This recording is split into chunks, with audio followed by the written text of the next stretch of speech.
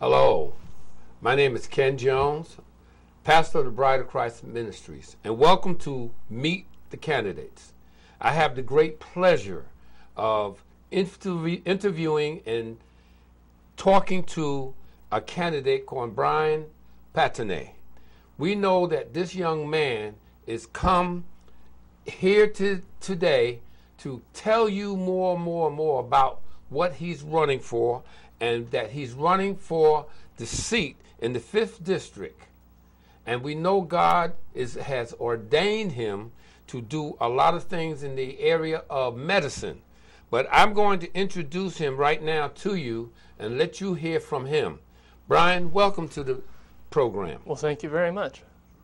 Tell us a little bit about you, where you came from, and why you're here, and the purpose or reason why you're running for this office on the school board. Well, my wife and I came to Greenville about a little over 2 years ago because of work. We both work up at the hospital. And, as we got settled in the community and got involved with it, we, met friends. And they told me a lot of things about the school system here. Some of it's very positive, but some of it I think leaves room for improvement. Several things I've heard that bother me about the school system is the school performance is leaves somewhat to be desired. We have a very high dropout rate, depending on how you calculate it. It's up to 40%. There's different disparities based on socioeconomic background and race, like there are throughout the country, but here in Pitt County as well. And then a lot of schools, especially high schools, there's one down near where I live that has a big problem with violence, making it really hard for the kids to feel safe, even to learn in that kind of environment. And I think there are things that school boards can do to improve that, and those are the things I'd like to institute. Well, that's good. At least you have a heart for the community at large. And tell us a little bit about you personally, where you were educated and where you were born. I'm the children of Hungarian immigrants, so I was born in Budapest, Hungary. We moved to Atlanta when I was a year and a half old, so I feel pretty much American. I mean, I grew up here. This is a country I know.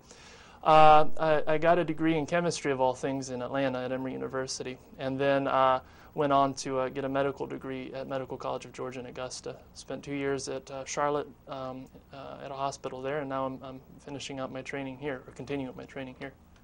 Well, that's good. That's at least you know now that you're into the medical field, and now you want to get into the more or less about education is what I'm saying. Right, a lot of education. A lot of education, a lot of knowledge, a lot of research. From what I understand about you is that you are in depth with facts.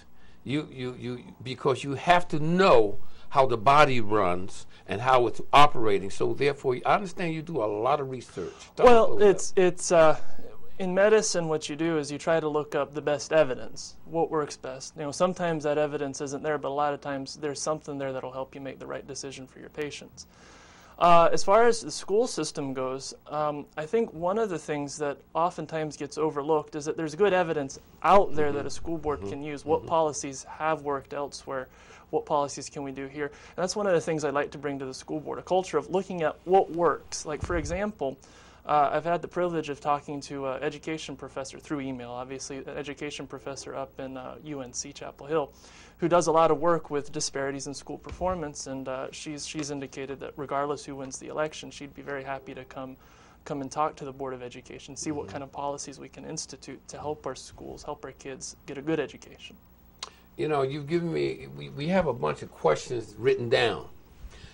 Basically, if you don't want to, I'm just going to go with part of the format, because the people really want to know who you are and why you're running, because you basically gave a brief scenario of who you are and what's going on in your heart.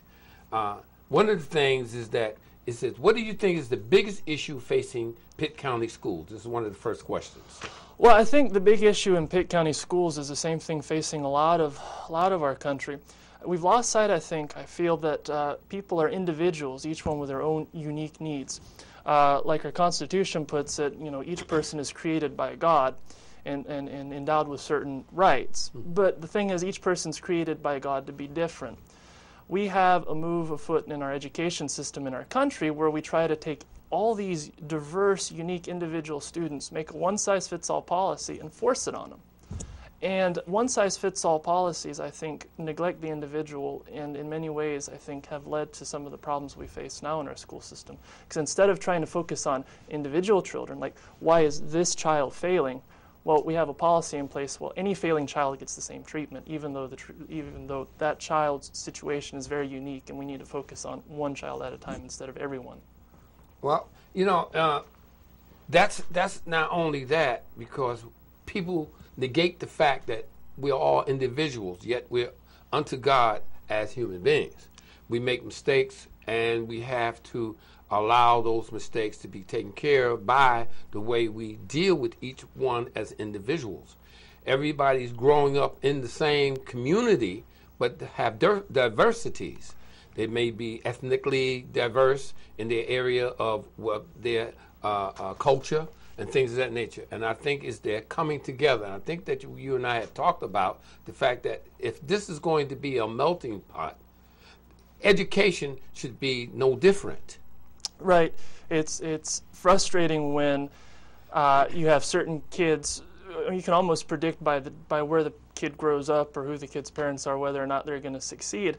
And oftentimes I feel for the teachers, because I think many times teachers feel like their hands are tied, that they've got so many, they've got to get their kids ready for the yearly standardized achievement exams and things like that, that if a child's failing, a teacher might be tempted to say, I'm just so busy, there's all these other things I can do. He's just, look at the background he's from. I don't think I can help him. And instead of having the community supporting the teacher, the principals of a school supporting a teacher, saying, yes, you can do it, we're going to help you figure out how you're going to help this child. There are people that stand up and say, well, you're not a competent teacher. It must be because your background is different from the child's background, therefore you can't teach them. Well, I think it's because we're not freeing our teachers up, and we're not giving them what they need in order for them to do their job. It's not so much that they can't do their job. That's a very good point, because you have teachers of diverse background themselves, and some of them culturally do not know how to deal with a different culture. So it's a learning experience for both the student as well as the teacher.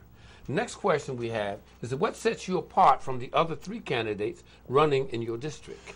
Well, there's two things. One of them, I've got some experience serving on a commission in the city of Greenville.